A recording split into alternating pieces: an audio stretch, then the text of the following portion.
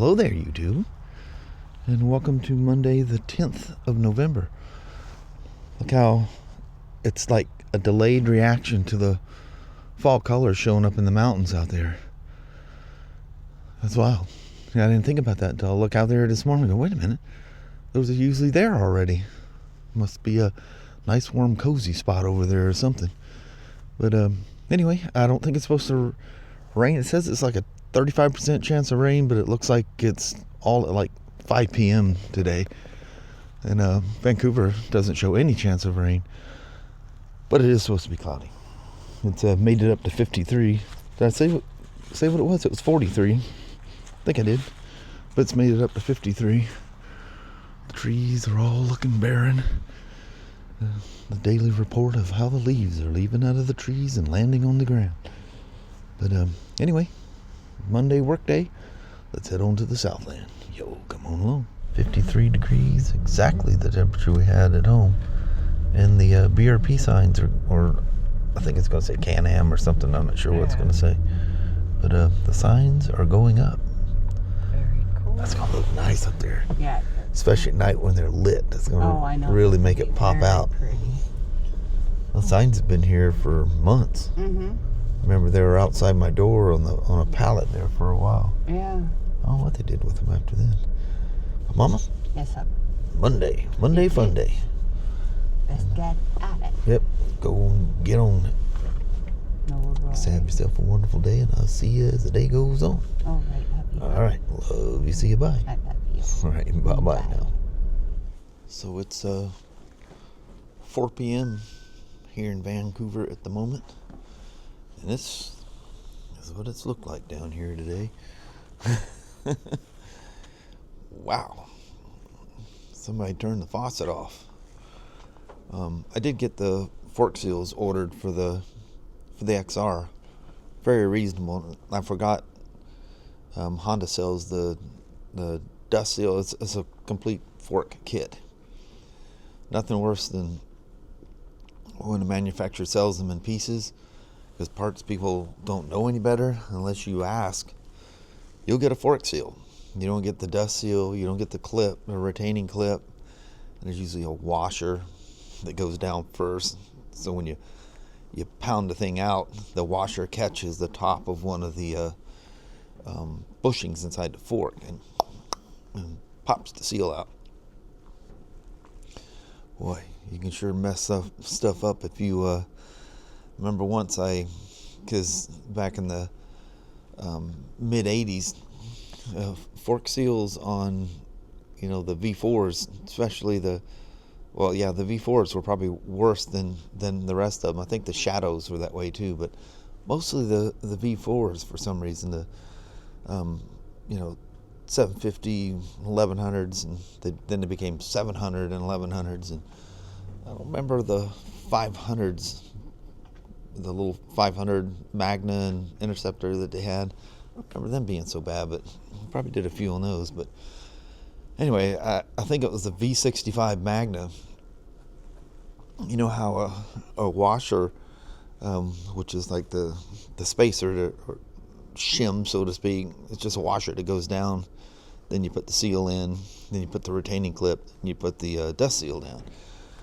Well, if you pay attention to washers, there's a stamped side, which tends to have rounded corners, because the washers, as far as I know, they're punched out. Well, when you put those washers down, you need the sharp side going down first. I'm talking about a conventional, the tube is at the bottom, the fork is at the bottom, the tube's coming out the top.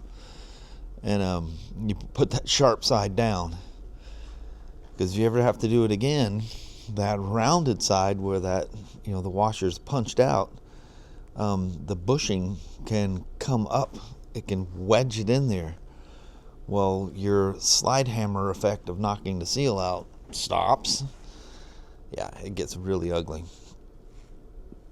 And anyway, I got on that whole detail. I was just thinking of forgetting to put that thing in here the right way, and of course the forks were so soft that rocks would ding the forks. And it wasn't the pit that necessarily caused the you could get a weep out of it, because every time it passes, that divot can hold a little bit of oil. But it's really slow and gradual, and in most cases not even noticeable, because there is a little bit of oil, and just the even though those things look chrome and smooth, there's a slight porosity to them, and oil will slide in that. That's why I tell you guys, never use a brake cleaner or a contact cleaner and clean the forks off of a bike you just did fork seals on. Or if you're washing your bike, and it's got exposed forks like most, sport bikes and stuff do. There's no boots or gaiters or whatever over them. And you use any kind of degreaser, or like if you use Dawn soap or something to wash your bike, which is really harsh on motorcycles and cars for that matter too, because Dawn soap is such a degreaser. I'm sure you know this, but anyway, it's always a good idea to take, when you change oil and forks, you always end up, which I still got half bottles and different things from different bikes you work on, but always keep a little bottle, and you can just take a little towel, or you can even use one of those blue shop towels like I use at home for stuff. But anyway, wipe those forks down. If the bike has a center stand, that's great. If it doesn't, put it on the side stand and kind of, you can kind of lean it and take the weight off of the forks. Wipe them forks down, and before you take it for a ride, because them forks, it takes quite a few swipes to lube to get the oil back into the fork itself. So, what's cool is it was at KTM school in Marietta, or not Marietta, I think it's Marietta, California. It's right next to Temecula. In fact, the hotel I stayed at was in Temecula, California. You're like 70 miles from the American-Mexican border. I think it was 72 miles is what the GPS. I was going to go down to, Kelly wanted me to go into Tijuana and get her something from Mexico, and I ended up going to Ocean Shores, or I think that's what it was called. I don't remember what it was. Ended up spending the day down there goofing around. Was I doing videos back then? I was in 08. I don't know if I was or not. I was always doing some kind of videos. I don't know if I was sharing stuff. Yeah, I was, because I started with YouTube when YouTube was its own company before it was bought out by Google.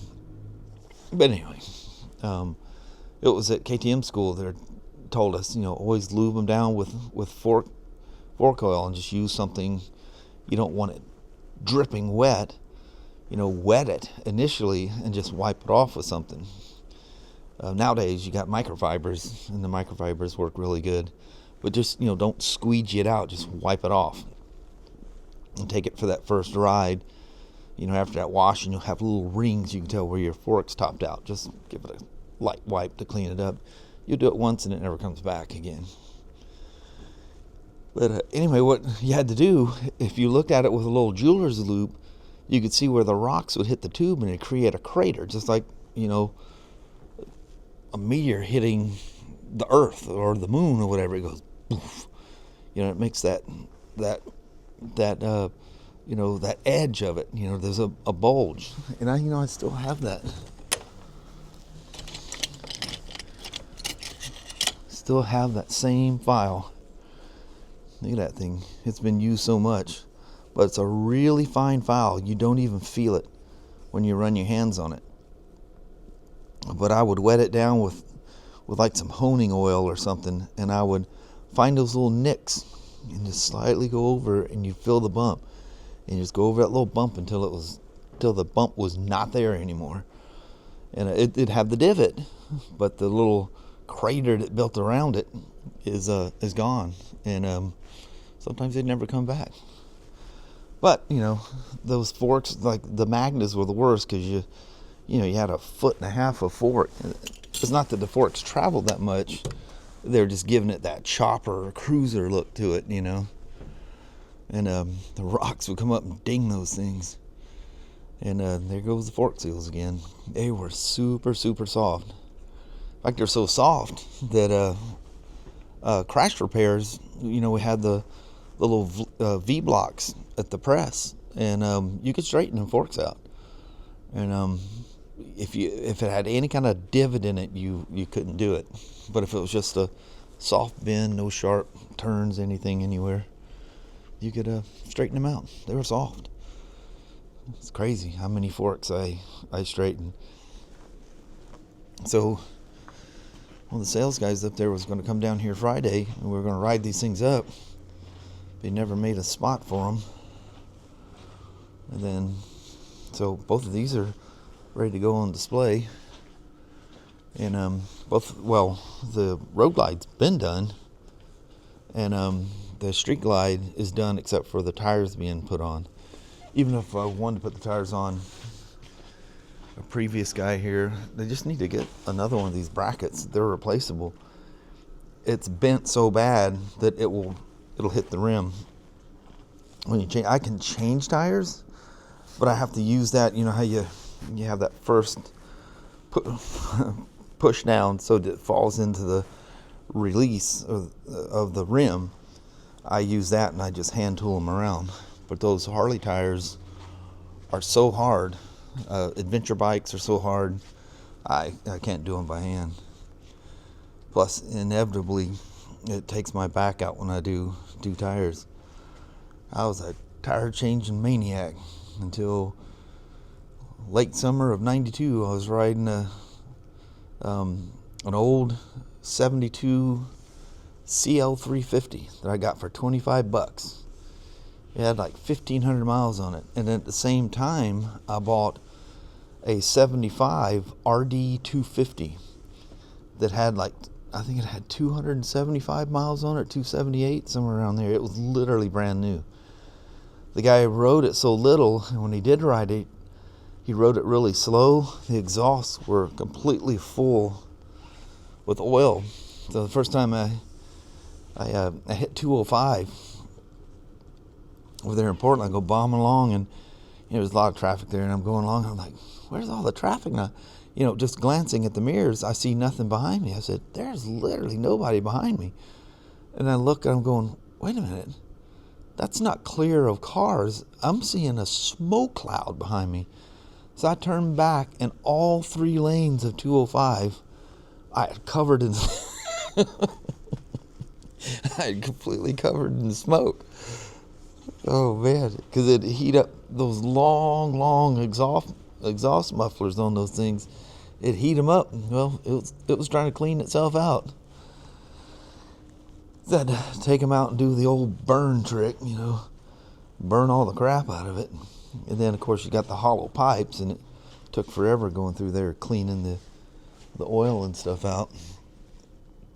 It was a mess. And still, even though I got all that cleaned out, it would still, every time you rode it, you had to get it somewhere and wind it out. You basically, I lived real close to 205, so I'd just go down a section of 205, go a couple of exits, and come back. You had to get it so the mufflers got hot. So that even 2 strokes had a short run deal. Yeah, it's crazy nuts today. I literally have nothing on my schedule. I go upstairs, they're had some builds and stuff that they pulled up, and they were doing just little stuff. I don't think anybody had much work. But it happens that way sometimes. But anyway, a couple of guys watched this video with, I don't know where they had the time, because I released it before I left for work. So they must have, on their lunch break or whatever, they go, I love the thing with your granddaughter. He goes, that's so cool.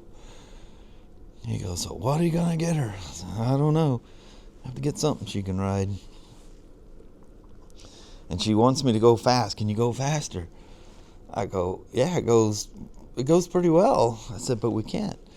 We don't have any riding gear on. She goes, why do I need that? I said, well, when you get to riding these things and you fall off, you'll know why.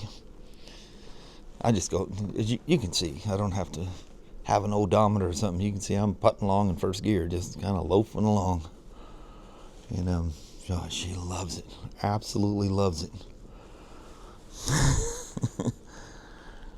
Oh man.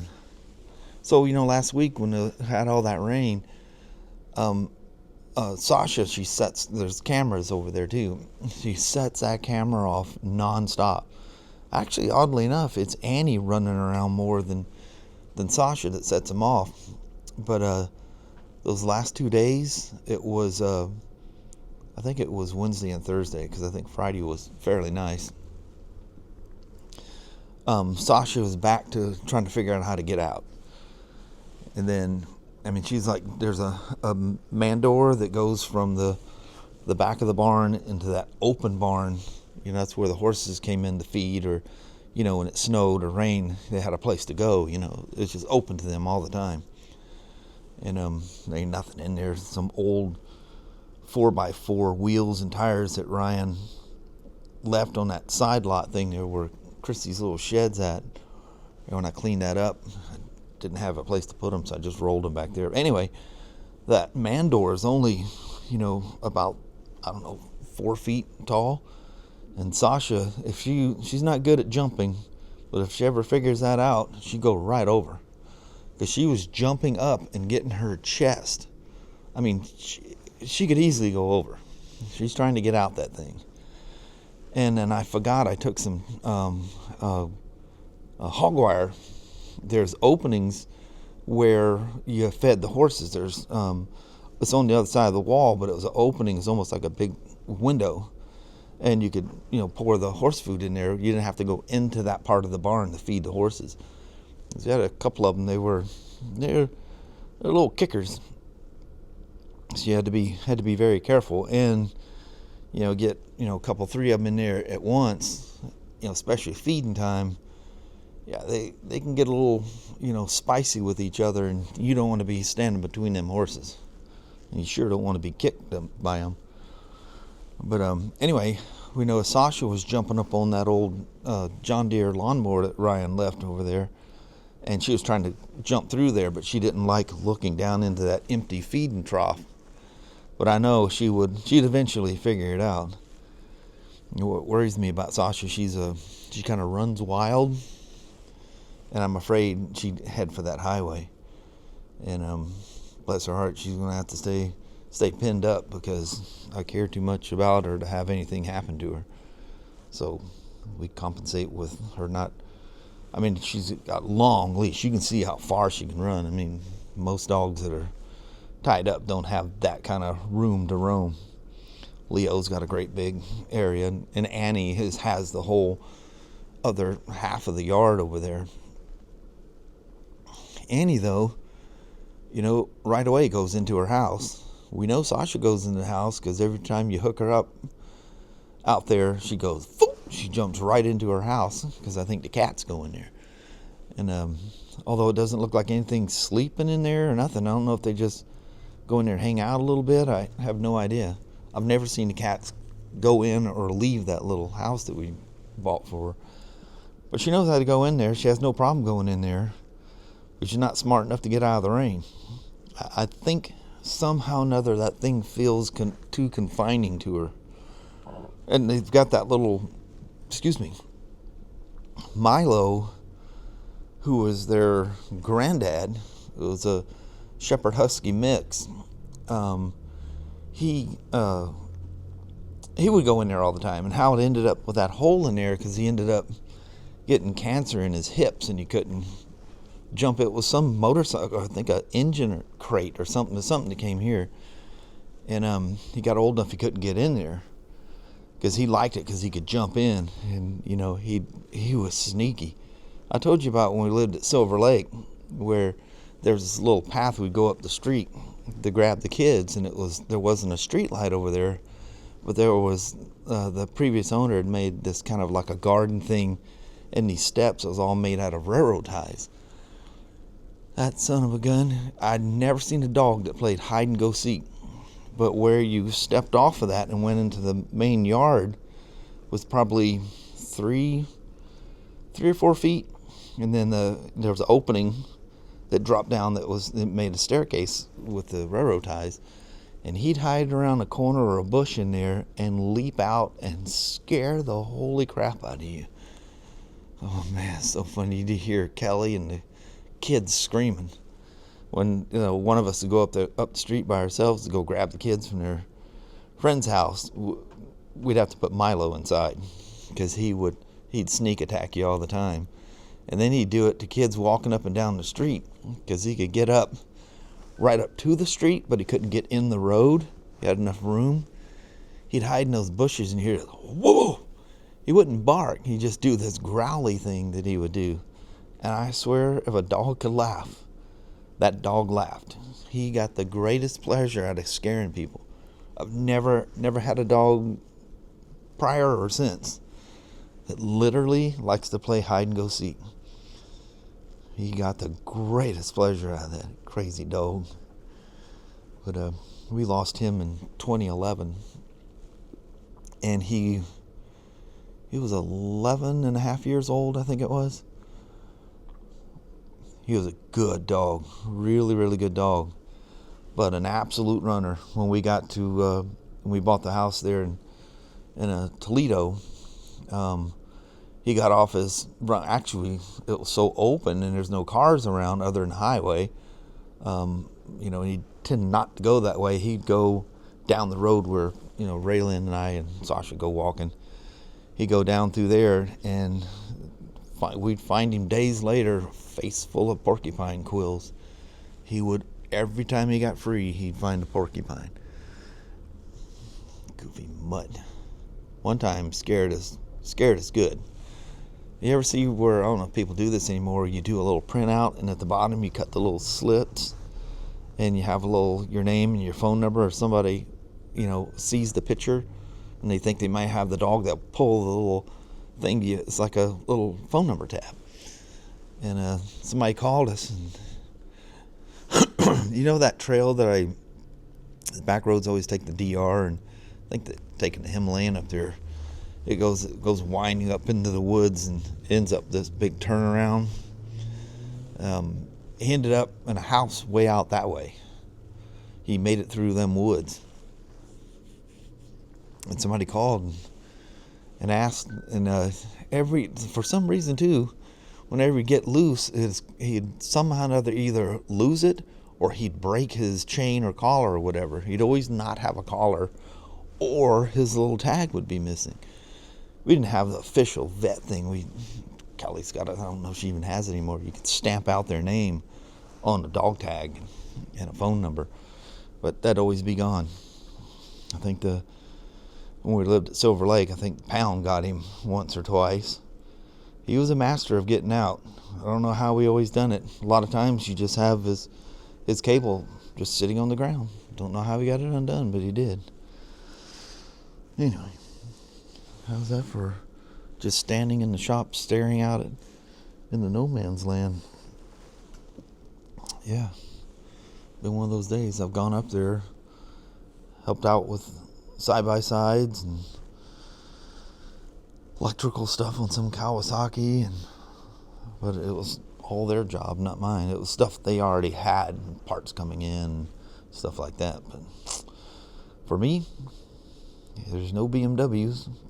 One, we don't sell BMWs, and more, the longer we're away from not being a dealer, the fewer of the people, and most of the people that were our BMW customers a lot of them switched to Africa Twins and other bikes and stuff, or some have gone to Spiders. They're still enjoying the ride, and health issues get in the way as the years come upon you, and there's no shame in that. At least they're still out there riding. You could sit there and look at that motorcycle out in your shop and cry about how you can't ride anymore, or the person that's not going to admit defeat and just go, well, I'll ride it whenever I feel like it. I just don't feel like it. They just they don't feel like being uncomfortable. And a lot of times it becomes a thing where they can't hold it up. You know, if they get in a situation, you know, you get off camber or whatever, and you know, all that weight, you know, you gotta hold that thing. You know, I don't care how long you've been riding, that happens to you every once in a while. You step on something slippery, gravel or whatever on the ground, and or you do some weird thing, and you're turning around, and you know, the bike kind of starts to stall, and you got, almost dropped her. You know, I end up dropping them a couple of times, and or you know, you just don't have that strength to hold that thing up anymore, and you can either give it up or enjoy it. Buy a trike or a spider. You're still out there. I'm telling you, when you're riding a trike or you're riding a spider, spiders are the most obvious. You got the two wheels out in front of you, but you forget that that's not a motorcycle, like right away. You don't even think about it. People, oh, well, it doesn't, you know, lean with you in the turns and all that stuff. And all of them that, you know, they first start out, I don't know if I just don't like the way it leans the wrong way, because it, you know, it goes like a ATV or a snowmobile. Well, a snowmobile in the snow, you can, you know, still get that cool banking stuff, but yeah, you get over it quick. You don't even think about it. And I mean, I literally jump on the one thing I notice when I jump on a spider, especially an RT, is just that crazy comfort. It's like riding the most comfortable motorcycle you ever ridden. You don't think about that thing sitting on three wheels. Don't think about it at all. I mean, when you squeeze in between something, you know, you have to ponder that. You know, if I lived in California and I did a lot of lane splitting, that would probably be a thing, but I don't. So I don't worry about that kind of thing. Anyway, so I reckon we'll stop the yammering and head home. Sorry for the lackluster vlog, and I do mean lackluster. We're just talking about old times and just a shop talk day today. And I literally did it in the shop. All right, we'll see you at the house here in about an hour and 45 minutes. Only got a half an hour here, though. Check that out. Of course, the color's not correct. It's very, very yellow. The white balance isn't going correct. But that looks nice. Real nice. Well, hello there, YouTube. You know, you guys on YouTube. Man, what a quiet day at work. That was literally my vlog, was sitting there shooting the bull in the shop there towards the end of the day with like a half hour left of the day. Like I said, we were talking to you at 4:30. It is now 6:26. It takes a bit to get home. Yes, it's a long drive every day, especially to go in and have nothing to do. Yeah, that blows. But it's that time of year, those things will happen. But reckon on that, we're gonna bounce. Alrighty, well, thank you guys so much for watching. We really do appreciate it. We will talk to you tomorrow. Same Smoak time, same Smoak channel. Don't forget to give her a thumbs up. And you guys have a wonderful Tuesday or Wednesday. Heck yeah. All right. And we'll see you in the moment. We'll see you then. Appreciate you watching now. Bye-bye. Bye.